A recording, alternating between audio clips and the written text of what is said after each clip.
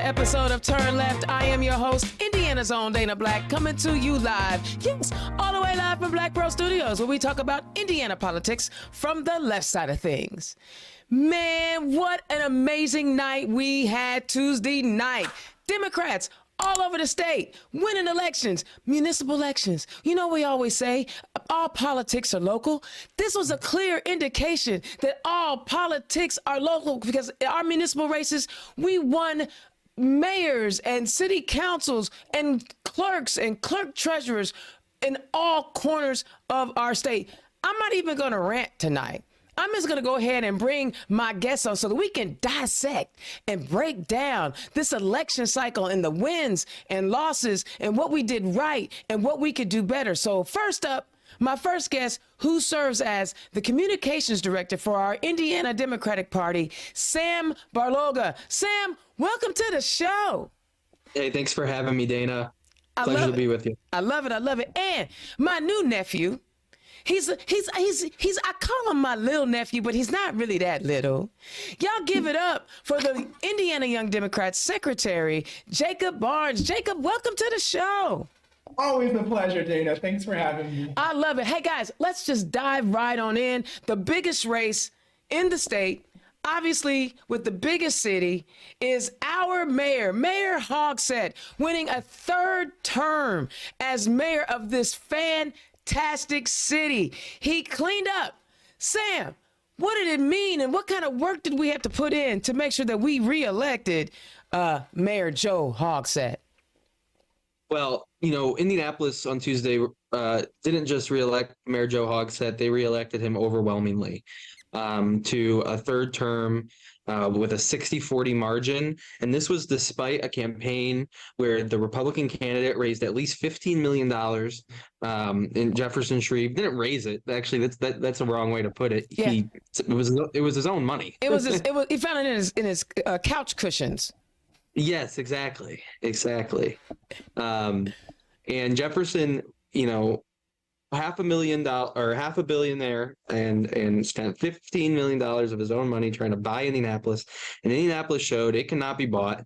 It will not be bought.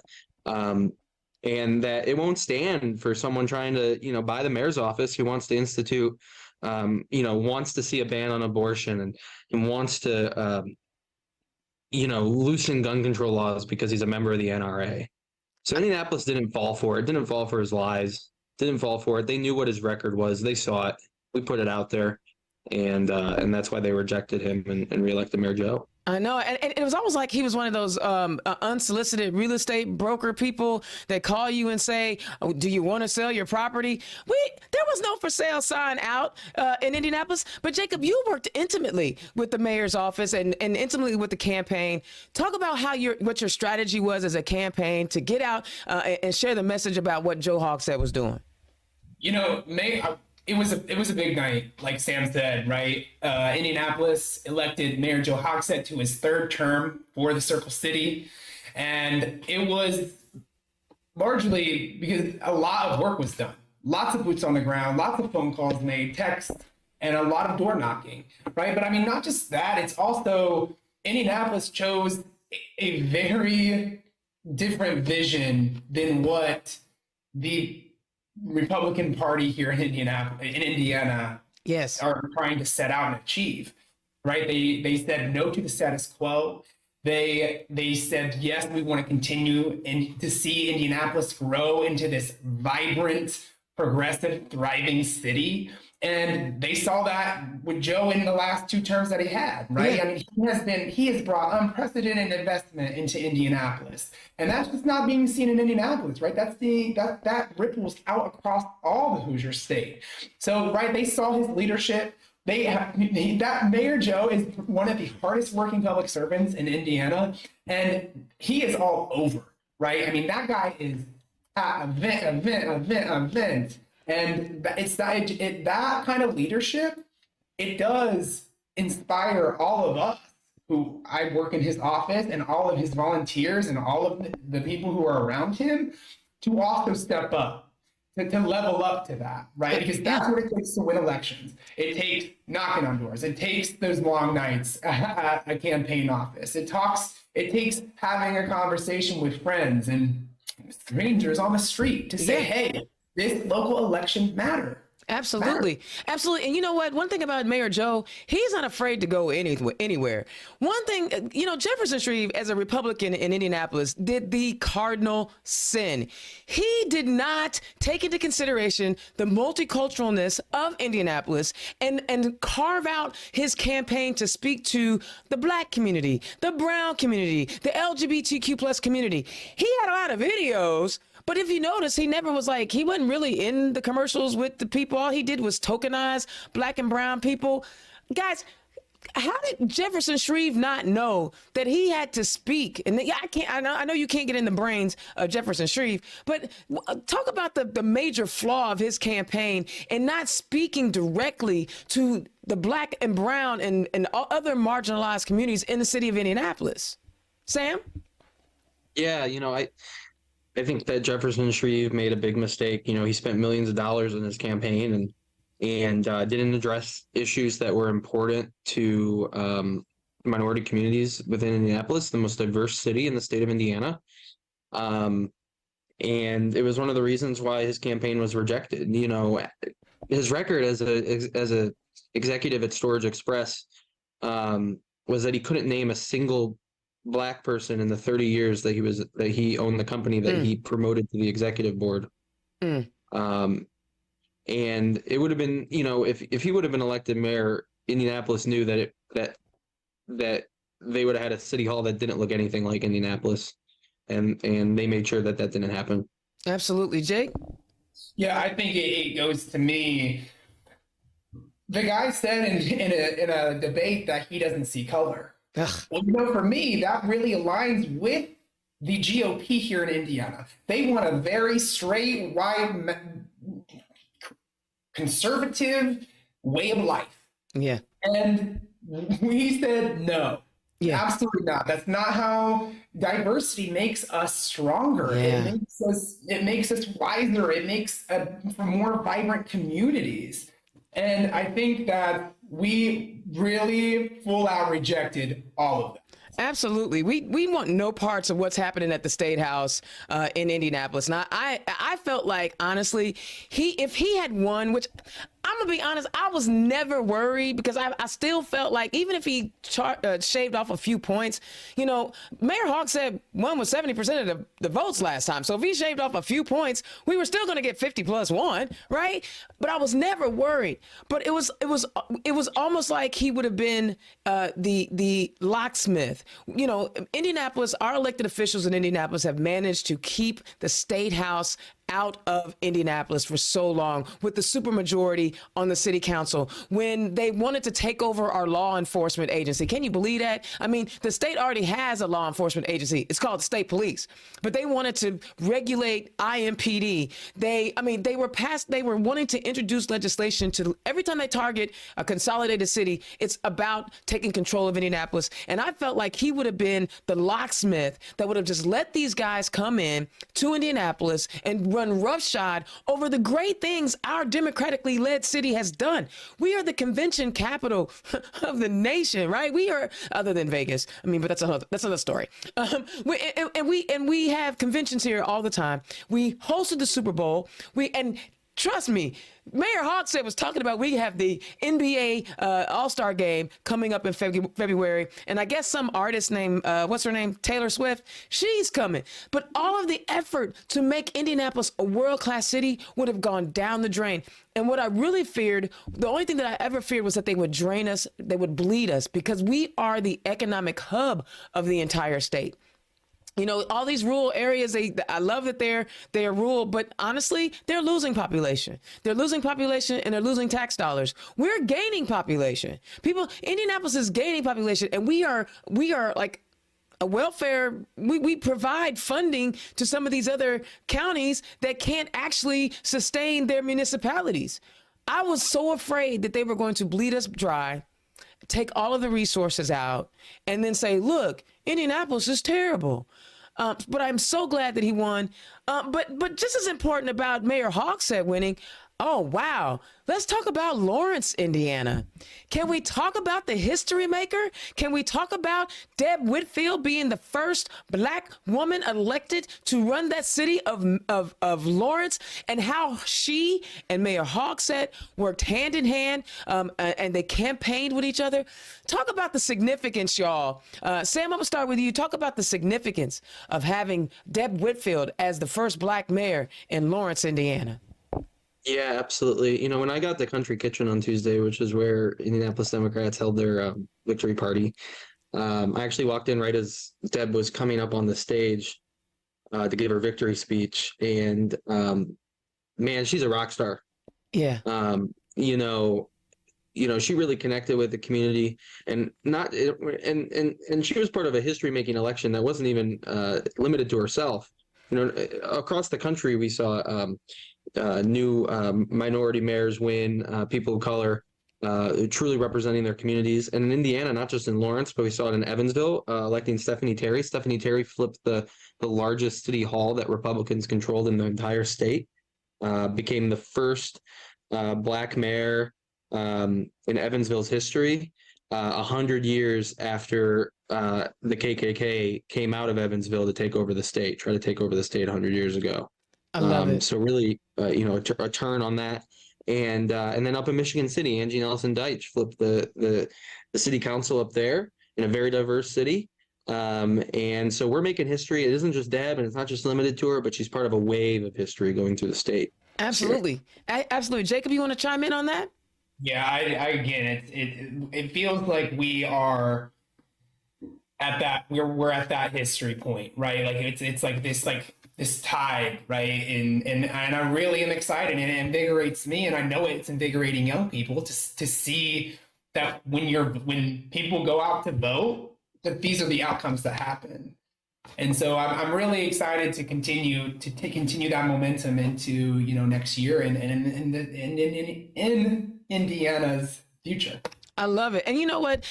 It's not just, yes, 3 Black women mayors in Indiana.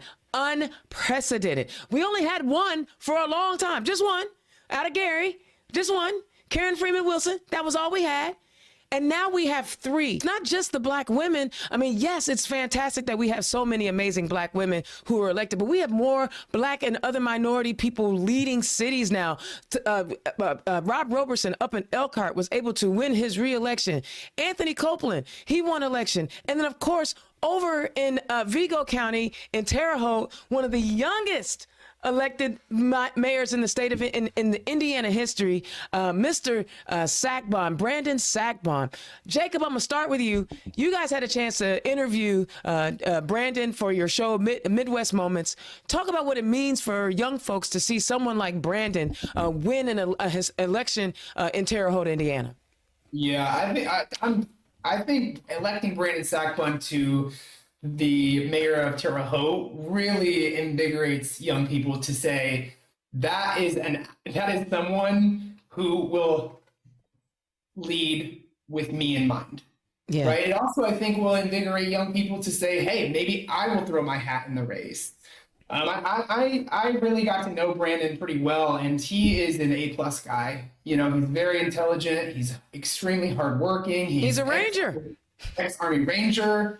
He was a substitute teacher. Wow. While he was running his campaign, right? And he has a lot going for him, and Terre Haute now has a lot going for it. So I think it's an incredibly exciting time for young people, right? I mean, as IYD, we endorsed 17 candidates. 9 of them won their races, right? That's not the amount that we wanted, but he was a big one for us.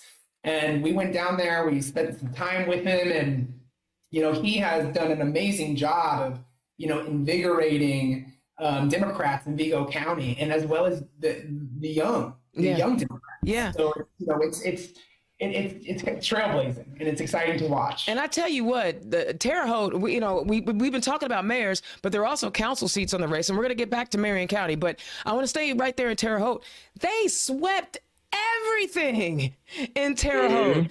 Let's talk about how, Democrats, they showed up. So it just proves someone at the top of the ticket can reign supreme down ballot.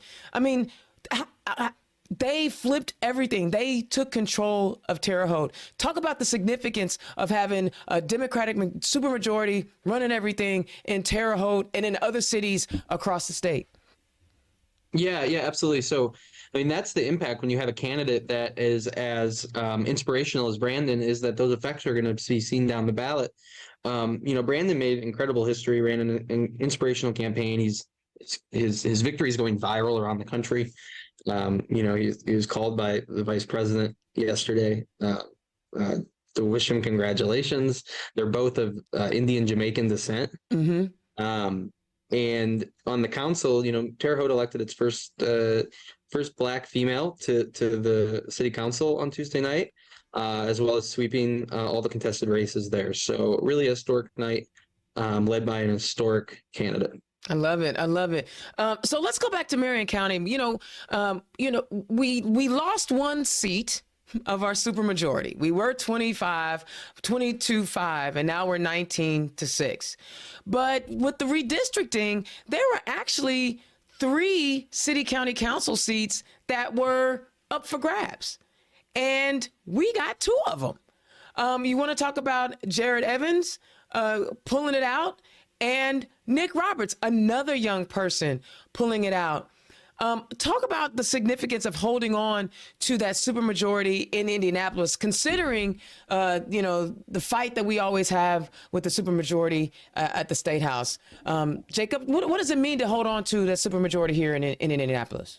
Yeah, it means that we're going to be able to continue the work that we are doing. It means that we get to continue this progressive momentum, moving Indianapolis forward into the 21st century, right? Being a tech hub, that was a federal designation by, President Biden and Vice President Harris. It means that we get to but we get to continue to push forward into the vision of where we know Indianapolis can go. And I think that's very exciting. And, there's going to always be those 5, 6 no votes on really common sense things, but it means that we're going to be able to continue to do the work that we've already committed ourselves to doing. And what does that say for you, Sam, when you see that Indianapolis has been able to hold on to its supermajority? Yeah, that it proves that not just Indianapolis reelecting to the mayor's office, but reelecting strong Democratic leaders to the city council shows that Indianapolis wants the line of defense from the bad policy coming out of the State House. Mm-hmm. And that first line of defense is the mayor's office, and it's the city council. Yeah. And they're going to hold strong for the people of Indianapolis. Yeah, because while Mayor Hogsett was out cutting ribbons on housing, which everybody I interviewed this year who was running for municipal races mentioned that housing, the lack of affordable housing was a big deal. While Mayor Hogsett was out cutting ribbons on housing all over the city of Indianapolis, his opponents were talking about dog shelters and raking leaves. Mm-hmm. That's not going to get you a win. Guys, so when as the comms director of the state party, talk about how you were able to get messaging out, because there's a lot of different races and a lot of different areas of the state have different needs. How are you able to communicate with folks about how to get the messaging out? How did the state party work with these local candidates to get the messaging out? I guess is what I'm asking. Yeah, absolutely. Well, all these different races are each individual, and they're all different in their own different ways. So we wanted all the candidates to keep their races local because they're not running in national elections. You can use national issues to your advantage sometimes, especially with your base, with volunteers, things like that. But at the doors and on social media and things like that, we wanted our candidates in local areas to keep focused on local issues, and it paid off because these town elections. The city and town elections aren't about the big divisive national issues. They're about paving potholes and turning on streetlights. Yeah. Jake?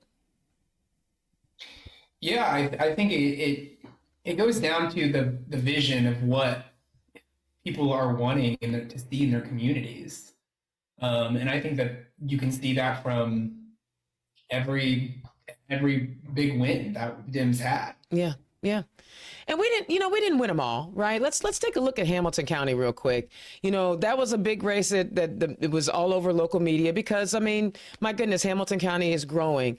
And Miles Nelson ran an excellent race, but unfortunately he came up short. In fact, we kind of came up short all over Hamilton County.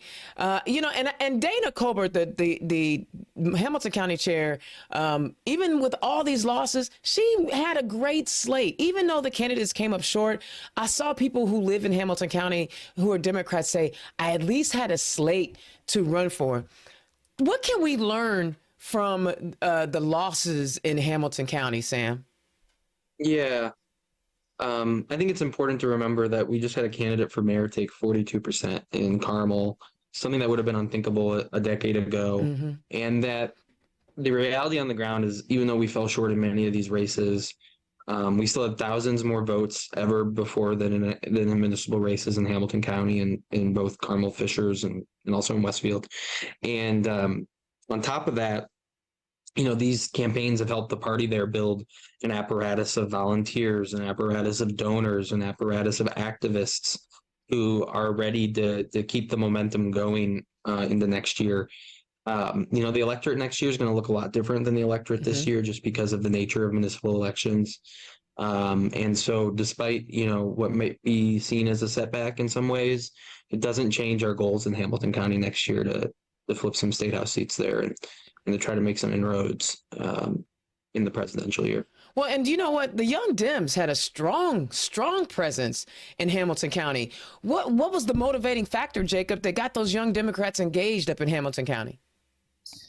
I think it's the urge to say no to the status quo, to see themselves in the elected office as well. So I think there's a few reasons, but I think in big we don't like what is going on at the State House. We don't anymore, and in some of our city halls. So I think that really is a pull for a lot of the Hamilton County folks up there. Yeah, let's shoot up to our second largest city up in Fort Wayne. Mayor Tom Henry won an unprecedented fourth term. Is it fourth or it's fifth? I've lost count at this point. He's been in office for so long. But we took some hits. We didn't get as many city council seats. So Fort Wayne is kind of like a mix between what the good stuff that happened in Indianapolis and Evansville and Elkhart and Terre Haute, and not what happened in Hamilton County where we kind of almost got shut out. It was a mixed bag. Fort Wayne is one of those cities where we have got to stay engaged. It is our second largest city. And you know that the State House, that the way they targeted for redistricting, how important Fort Wayne is. Let's talk about what happened in Fort Wayne and how we maybe can probably do. We know Sharon Tucker won her reelection. We know Councilwoman Michelle Chambers won. But we didn't pick up the clerk's seat, and we didn't get any of those at-large seat. Talk about what we need to probably do a little bit differently in Fort Wayne, Sam. Yeah, I think first off, I want to congratulate Mayor Henry on his victory last night, or victory Tuesday night. It's a very hard fought race. Actually, the dynamics of that race were very interesting because both the people knew each other. Actually, they had ran against each other for city council in Fort Wayne 20 years ago. Wow. So kind of, and actually Didier beat Tom 20 years ago for council, so Tom kind of got him back on Tuesday in a much bigger way. Turnabout fair play, baby. Yeah. So I think in Fort Wayne, we just need to keep engaging folks up there, and we need to have better turnout. We need to meet people where they are, and just build more of a grassroots effort up there. I think next year you're going to see a lot of that because we're going to reelect both of our state representatives in Fort Wayne, Kyle Miller and Phil Giaquinta, our leader. I think that's going to give us success down ballot next year there. Absolutely. And I was up for a couple of IYD events in Fort Wayne. There's, another community with a strong, engaged young Democrat organization up there. Talk about, how we can empower them more. I want to make sure that we give them the tools, Jacob, to help the young Dems. I don't want them to be discouraged. So, what can we do to make sure that we empower the young folks up in Fort Wayne to stay with it? Yeah, I think for me, it just comes down to relationships, right? And communication with those folks who are on the ground up there doing it. I think sometimes the work is hard, the work is tough. And so I think just making sure that they feel supported, and that's, on as the state org, we are really working to make sure that we have those relationships built and those channels of communication open, just for them to feel like they can call us up or send us an email and say, hey, can you guys come and do, ask for help when they need. So I think that's a big part of our strategy. And I think that that's going to help, see some roads being built on that road to victory. I love it. Well, we were able to accomplish a lot of good things in Indiana, and I'm really excited about the direction that we're going to go in, and I'm looking forward to diving more into it. But first up, I got to go ahead and give a shout out to my sponsor, Bohm's Unique Boutique, who has been my sponsor for the entire season. So let me give a shout out to Miss Bohm's Unique Boutique. Today's show is brought to you by Bohm's Unique Boutique. Click on the QR code. And for all Turn Left listeners, you can get a 10% discount on your order by using the code Democrat. Be sure to visit www.bohmsuniqueboutique.com.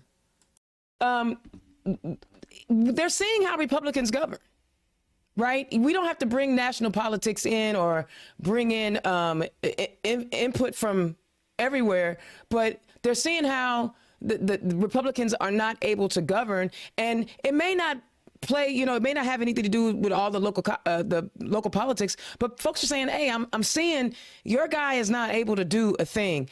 Talk about, Sam, when you guys are having these conversations about, yes, you want to keep everything local, but you also want to make sure that folks understand how to utilize what is happening in the national media.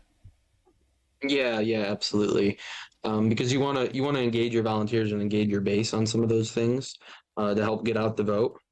And especially in places where, we do better in even years, like Indianapolis, like that was really important for Mayor Joe to engage with the diverse population of Indianapolis to get as many people out to vote as possible. But,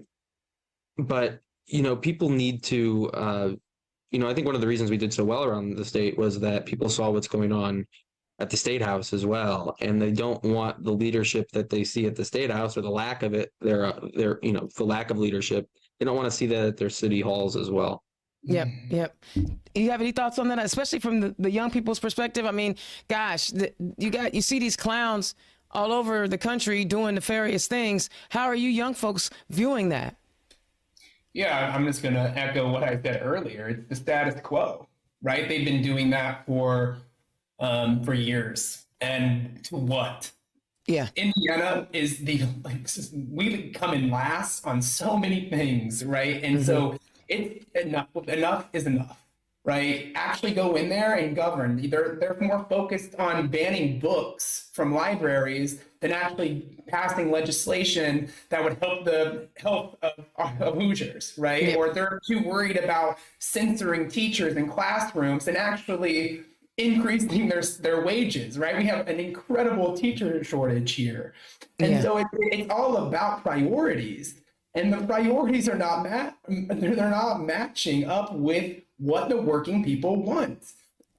Working people policy. Absolutely. And I think that's why people bought into this election this cycle, because the policy, the visions that our candidates had aligned with the working people of Indiana. Absolutely. And get out of the pockets of your ultra rich friends. Like, and I tell you what, with Ohio now passing their referendum to legalize cannabis use, that's Michigan, Ohio, Illinois, and Kentucky. All of our border states now have either decriminalized or legalized recreational use of cannabis. Indiana is sitting in the middle of all these different states, losing revenue, We're like I mean, it's just crazy when we think about, saying we're going to turn our tables and look at 2024. They just had a commission or a study this summer on at the State House on cannabis use and legalizing recreational use, and they came up with nothing. Indiana right now we're not moving forward. We're not even going backward. We're not doing anything.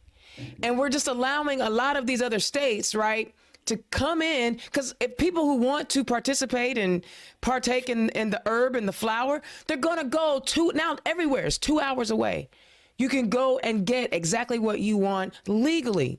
And the 5-0 can't watch every interstate in. They can't check every car in. Indiana is missing out. Guys, how important is it that we get some legislation on the books and start to legalize and decriminalize and legalize cannabis use here in Indiana? I just think we are not even just cannabis, right? In so many areas of policy, I think Hoosiers are starting to look around and say, what? Like, we really are falling behind, right? And look at what Michigan did, right? They were one of the first states in the Midwest. Governor Whitmer said, we're going to pass marijuana, and I'm going to use every amount of tax dollar that we get from marijuana sale for our roads. And what did she do? She took the roads down 7 feet deep and said, you're never going to have to build this street again. And that was not, she didn't raise taxes a cent. So, right, we also have to look at the economic impact of it. The economic impact of just inactiveness, right? Or inaction, right? Of doing nothing. And I think for young people, it's really waking us up and saying, okay, we actually need to care, we need to engage, and we need to change. Absolutely. Absolutely. Sam? Yeah, I mean, I'll just piggyback off that, and I'll say that, I've been listening around the state, and one of the things that we're going to be messaging on over the course of the next year that's really, really important is the fact that all of our neighbors get to decide on issues like these directly. Mm-hmm. Got to go to the ballot box and decide on these issues directly. We want to hear from the people directly. Republicans don't. No, not at all. Republicans don't because their super majority is instituting minority policy on people. Minority supported policy. Absolutely. And this is another example of it, what's going on with cannabis and with women's health freedom, which were on the same ballot in Ohio on Tuesday and passed by very similar margins. So people in Indiana want to have that choice. We don't have the ability to do that right now. And the best way we can do that is by breaking the supermajority and electing more Democratic state legislators, protect women's health freedom, and to protect and to end the complete prohibition on cannabis in this state. Absolutely. Go ahead. No, I'm just gonna yes to that. Sam. Thank you for bringing that up, because that is so important, right? We can talk about these mayoral races, right, and these council races, but the importance of breaking their trifecta, their stranglehold on our state is going to keep us in the 1800s. It's going to let them just continue to do what the status quo of not passing progressive policy, not actually passing working people policy. They want to keep it how it is. They want to keep the door shut. And exactly what Sam said, we have to break their trifecta. That means electing more House of Representatives, electing more state senators. We have to do that in every district in Indiana. That's exactly right. I mean, and Rick Santorum he said the quiet part out loud this week when he said, it's these ballot initiatives, they got to get a handle on those. They're I watched Ohio. They passed legislation in the chamber that said we're no longer going to have any more August elections. And then when they saw that they tried to challenge the reproductive health care ballot initiative, they tried to challenge it in the courts, and the courts were like, no, they did everything that they needed to do to get on the ballot. Well, then while they thought people were sleeping, they threw an August election to change the rules on how ballot measures get passed from a simple majority to a supermajority. They needed to be 60%, right? Because they knew they had about so many nefarious things, because like you said, they don't want the people to have a say. And until Indiana can change our constitution, we're going to be in trouble. So we've got to be so focused, so laser focused in making sure that we are electing people. So Sam, as we look forward and we think about, 2024, I know a lot of people are still in the afterglow of Tuesday night, because I kind of am, right? I'm still feeling good. But we've got some major races. First up, and I know people want to talk about U.S. Senate. That's fine. But to me, the most important race is our governor's race. Whew. And there's already a bunch of a bunch of Republicans that are wanting to run. How are we planning to target and message to people that we need to reach out to? We've got to get into rural Indiana. We've got to go talk to people about, how our leaders are going to better their lives. How do we begin having those conversations? Yeah, absolutely. I think one of the things that we've done in the past that has been successful in starting to break down some of those challenges is having tours go around the state, and we're going to continue that again next year. I want to do a tour around breaking the supermajority, going to places that where we can flip state house seats next year, engaging with volunteers, engaging with donors, engaging with candidates that we're going to have in those places. And as you mentioned, on a statewide level, the governor's race next year is going to be incredibly important. It's open governor's seat. And the people that are running for governor are not serious about being governor. We see Mike Braun won't even vote for any bill to keep the government open, was basically advocating for the U.S. to default on its debt. And he and he wants to be our next governor, Right. To, have those responsibilities around the finances of the state. And then obviously, we've been trying to message a lot to low and middle class Hoosiers on Suzanne Crouch's proposal to get rid of the income tax, because it's something that sounds good on paper, but it's something that would be a disaster for working class Hoosiers, because it would lead to an extreme rise in the sales tax. So your wealthiest 1% in this state would save tens of thousands of dollars on the tax bill every year, while the poorest 20% in the state would pay hundreds more in taxes because sales tax would need to go up. Right. Jake? I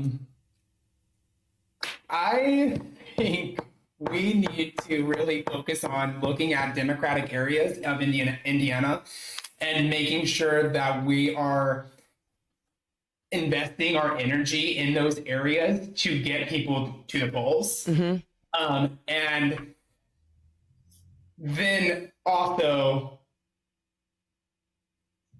looking at those areas, and when I'm talking about like House districts and state Senate races, to then where in those districts do we need to focus? Because there is time and energy is a thing that we have a finite amount of. And we, I think, have not been successful in the rural areas.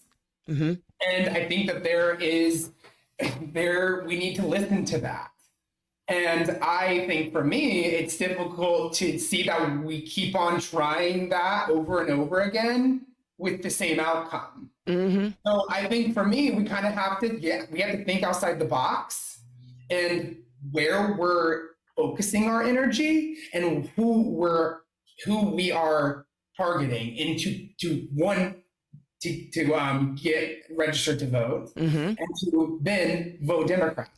But I think something else that we have to do that I think will be beneficial to encouraging us to encouraging people to hear us differently. I think we have to be consistent in these communities. We can't just kind of show up I think in August thinking that we are going to make any headway in convincing folks that our policies are better. I think we need to be in these communities all of the time.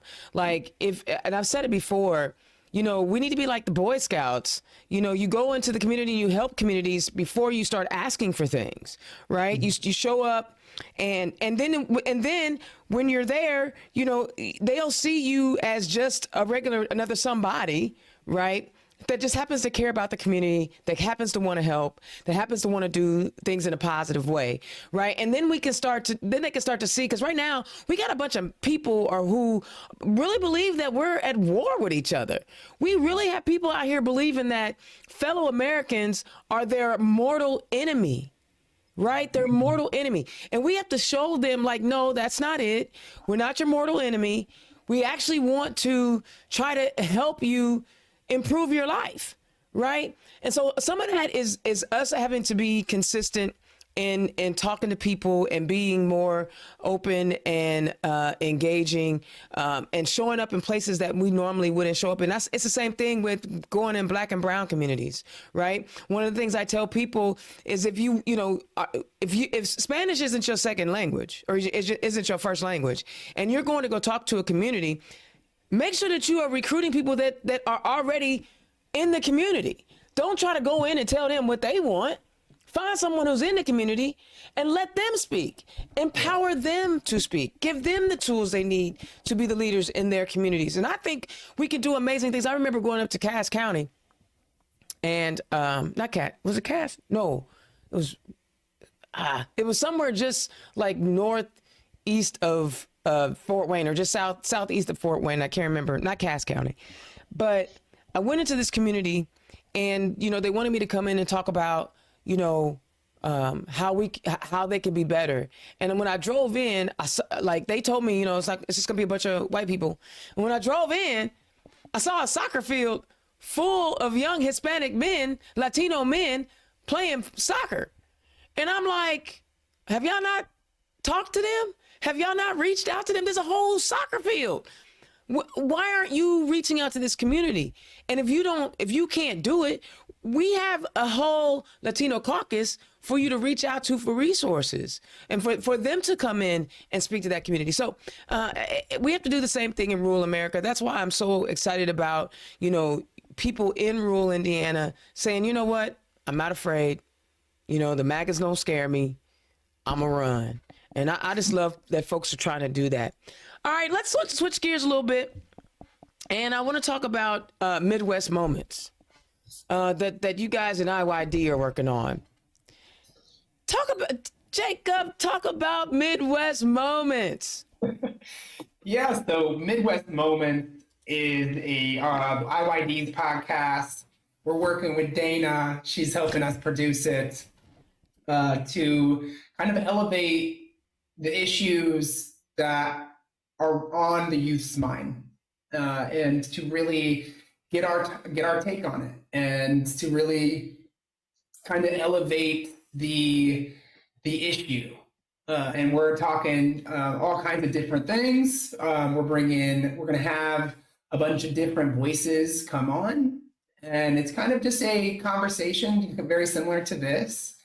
And I have had some really good conversations. As Dana said, we had Brandon on there before he was mayor. Might have to bring him on as he's now mayor. But yeah, it's just going to be a place to elevate that youth conversation. I love it. And what was the brainchild behind it? Why podcast? I think we were more so just accessibility, and also to have a wide reach in the conversation, and also to get people energized to see that young people who are like-minded and who want to see a more progressive Indiana are having those conversations and are doing the work to make that happen. So community building in its essence. Do you think the party will ever have a podcast? So I don't, and the reason why is because I want to support podcasts like yours that are doing well around the state. You know, we've added your podcast and two others actually to our new website. I didn't know that. to get more engagement. Yeah. So if you go to our new website, indems.org, and you click on Oh uh, my gosh. That's news surprise, podcasts. surprise. Yeah. That is so dope. Oh wow, I didn't well thank you. Okay, well, Yeah. Indiana's Own is here. Turn Left is here to make sure all the messaging from our state party gets out. I'm tickled pink. I mean, because I've been doing this for so long, and it's like, you're trying to do the best you can. I love that. Thank you for the support. Well, good. Of course. Well, then that means I'm about to have you on a little bit more, especially when you have something that you need to get out, right? We got to get that messaging out. So Sam, tell us a little bit about your background and what brings you to Indiana to work in the party and the comms?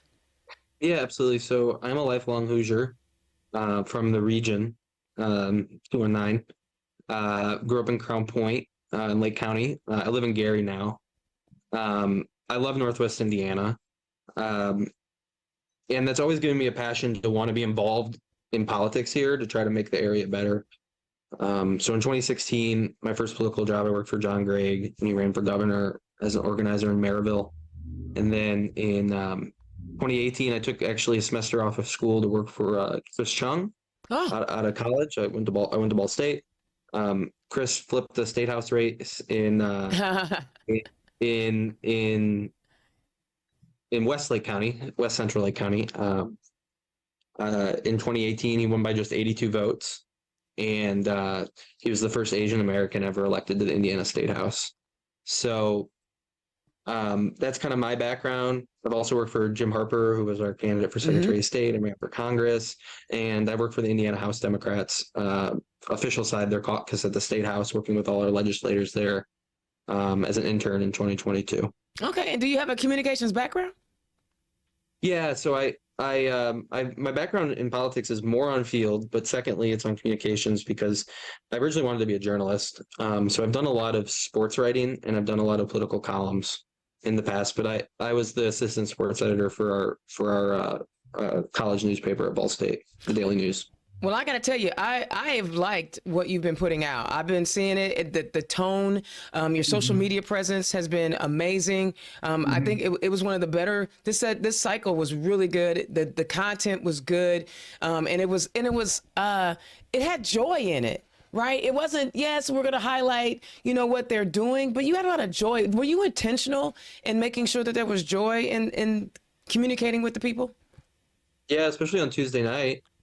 We wanted to be joyful about these flips, not just congratulatory and put them all together in one statement. We wanted to have different statements out for each of our different historic candidates that won in Evansville, Lawrence, Michigan City, and Terre Haute. Yep. And so we did that. We had a strategy on Tuesday night, and we wanted to let as many Hoosiers know through as many outlets as possible that we had a really good night, and that they might have a new Democratic mayor or Democratic councilor in the new year. That's exciting. So, Jacob, what is with you? Where you come from? What brings you to be the secretary of IYD? No, I just want to real quick, Sam, I'm so excited that you are in this position. I really echo what Anna has said. I think that you've done a great job. And I think that we need you and your energy to continue to elevate the Democratic voice here and to, move the needle. So continue the good work. Thank you for all that you do.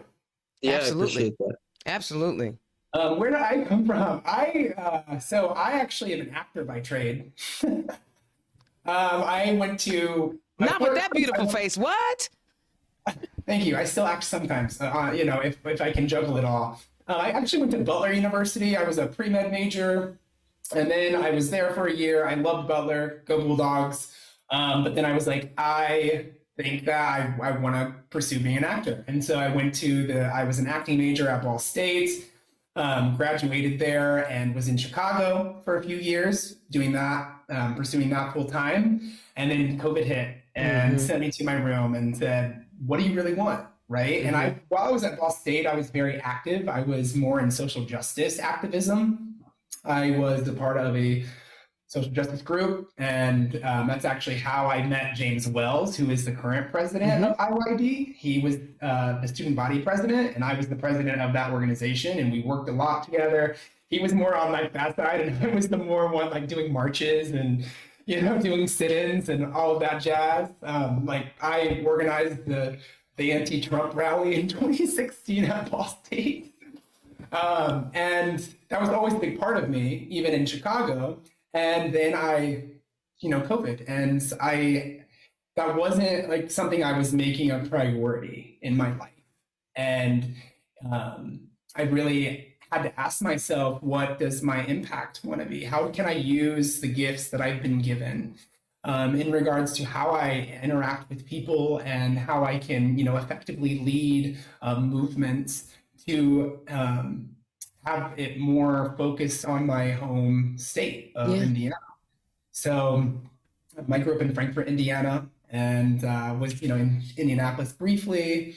And we need more young people. We need more democratic voices to kind of elevate our messages. So I came down here and I served in the AmeriCorps on the Indy East Promise Zone.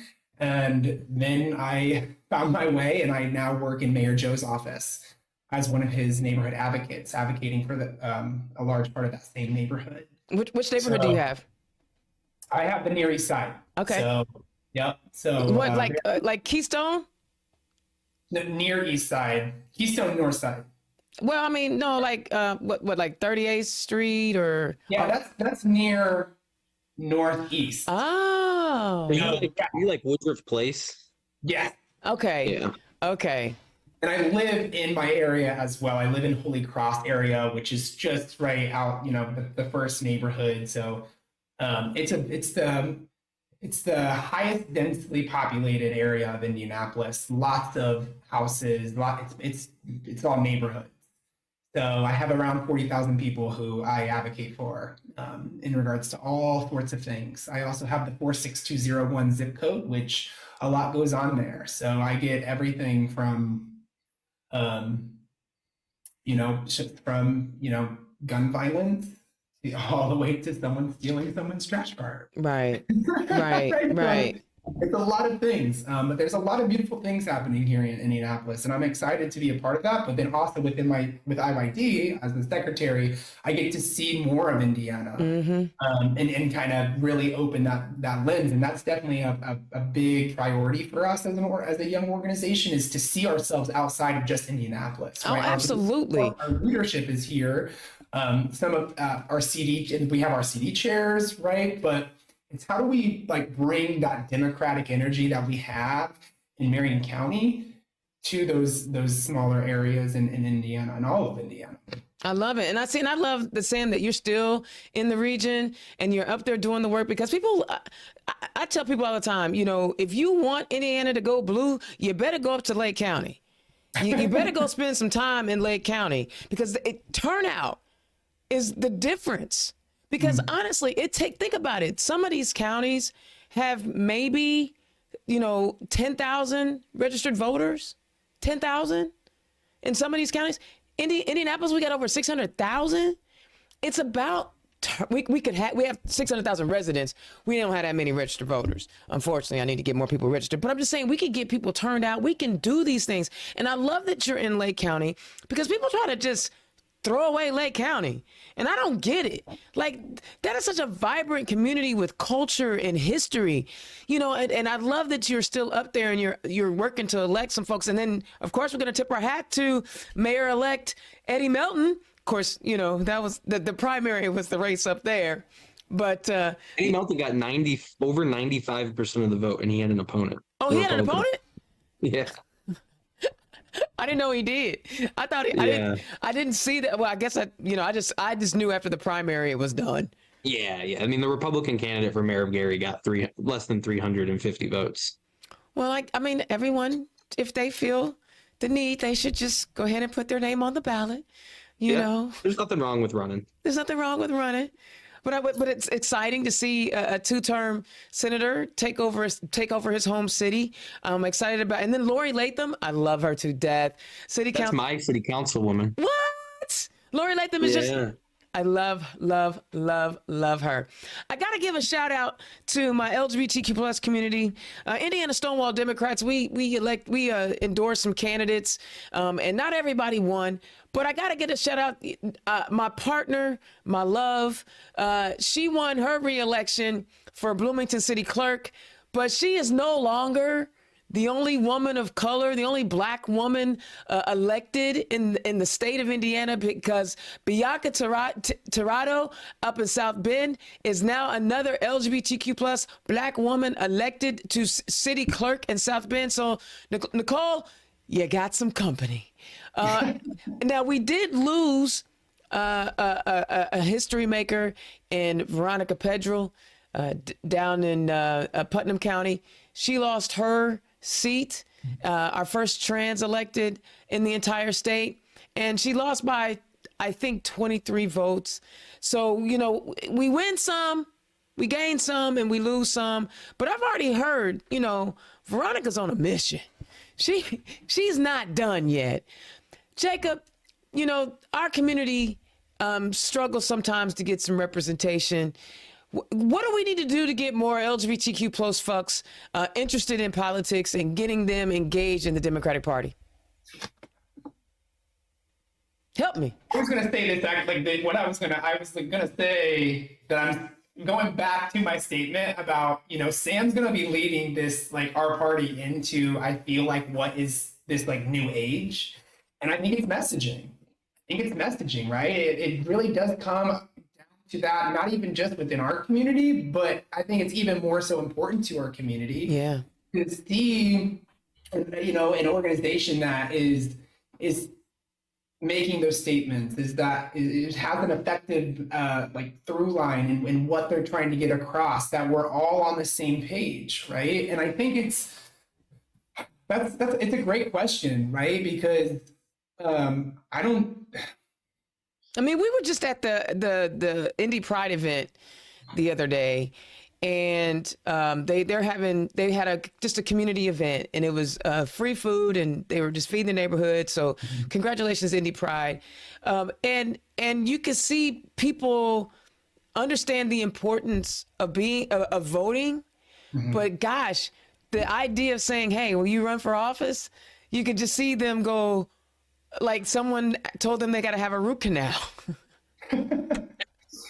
Yeah, I was a part of that. I saw that conversation. Yeah, I think that there's an aspect of it, right, where a lot of our community is still, we are still, you know, within a state that all these bills really impact the feeling of your worth, right? Like, and I think that for some of our community, that has taken a toll. Yeah. Right? I mean, like, not even just within our community, mental health all across America, and especially in the Hoosier State, it's not that great.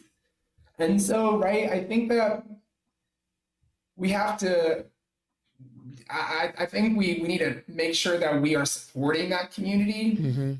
And all I can do is my part, and all I can do is, you know, try to support others. You know, being a part of that community, and as well as, you know, Dana, I love seeing you there. I can just continue to hopefully inspire and just bring joy, right, to that community, because we need it. Absolutely. And we've got to fight bad legislation, because I can see they are going to continue to try to, you know, marginalize our community, try to turn us into some type of foreign object to fear, you know. One last thing I want to talk about before we get out of here. Something that we saw all over the country, in Iowa, we saw it in Ohio. Moms for Liberty candidates were losing a lot of school board races. Now, Moms for Liberty, there was a big to do with the Hamilton County, the Carmel mayoral race. You know, Moms for Liberty are trying to go out and bully people, and unfortunately they were Indiana school board. But around the country, we're seeing that people are rejecting this book banning idea and not being able to tell rich stories from multiple perspectives. Do you think maybe we might be able to you know, get some school. We don't have school board races up in 24, do we? I don't think a lot of them, but we might have a few. But I'm seeing. Yeah, I think different parts of the state do it differently. So Yeah. So I'm taking some hope in the fact that in Ohio and in Iowa and other places around the country, they see Moms for Liberty and they're like, we don't want no parts of that. We're not banning books. We're gonna do things the right way. We're gonna fully educate people. And their candidates, their endorsed candidates, lost. Not all of them, but quite a few of them. So you guys, there's still hope in America, right? There's still hope. We're not gonna let the Speaker of the House get us down. We're not gonna let the terrible Jim Banks get us down. We're not gonna let Mike Braun get us down.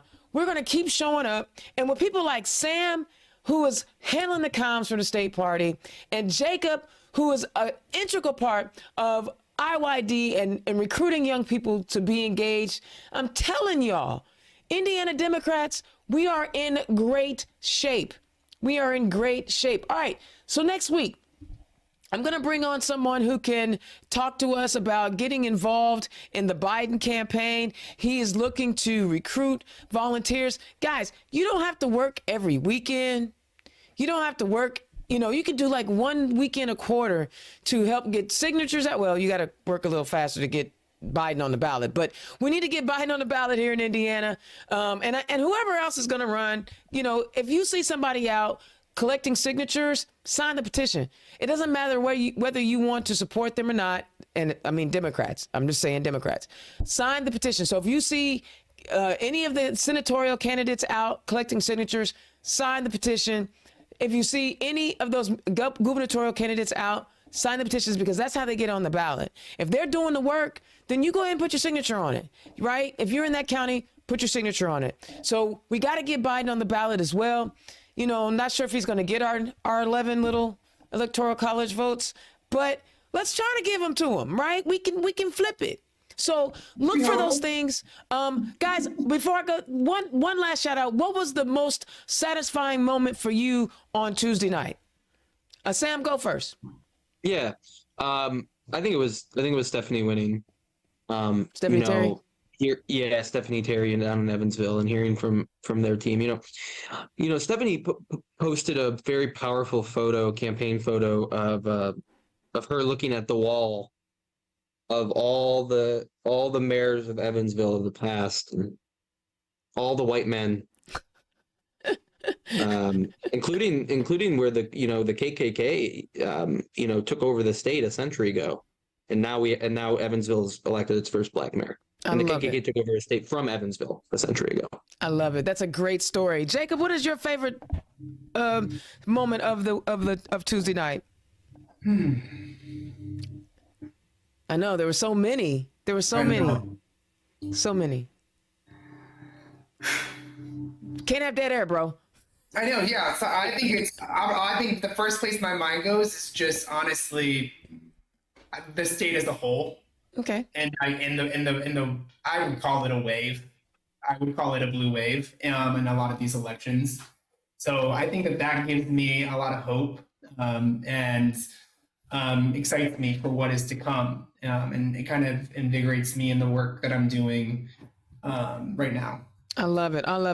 And let's see, I think the best thing for me was the fact that 3 black women, and we had 4 black women on the ballot. We also had Miss Groff up in Peru, Indiana. She did not win her race, but I had the chance to interview all 4 of those women, and I've gotten the chance to know them. Deb Whitfield I've known for a while because she lives in the same county. But I mean, people always talk about black women are the backbone of the party, but when we support them, that's when we feel appreciated, that the work that we're doing. I had a conversation with Nicole, and she was, sometimes, we get frustrated, like we're out here doing the work and we're representing our community, we're representing our party. And sometimes it doesn't feel like, certain individuals within our community are supporting us. But when you see black women get elected, they didn't do it by themselves, right? It takes a community. And I just love knowing that my party, my party, embraces diversity at all levels, and we are working hard to elevate voices that have traditionally not been elevated. So for me, that was my thing. All right, I'm going to stop talking.